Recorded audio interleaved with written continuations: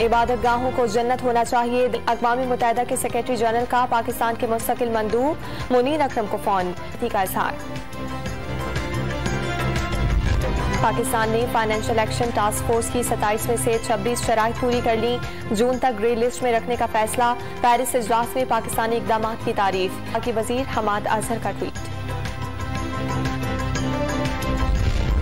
पाकिस्तान और अमरीकी फ़िज़ाई की मुश्तरका मशकें फाल्कन चैलेंज खत्म हो गईं। एयर मार्शल जाहिद महमूद और अमरीकी सफ़ीर एंजेला एगलर ने मशकों का मुआयना किया।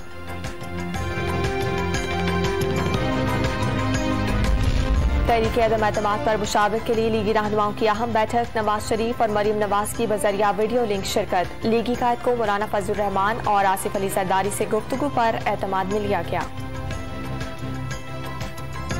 एक हफ्ते के दौरान महंगाई में मामूली इजाफा। शरह 0.04% बढ़कर 15.23 हो गई।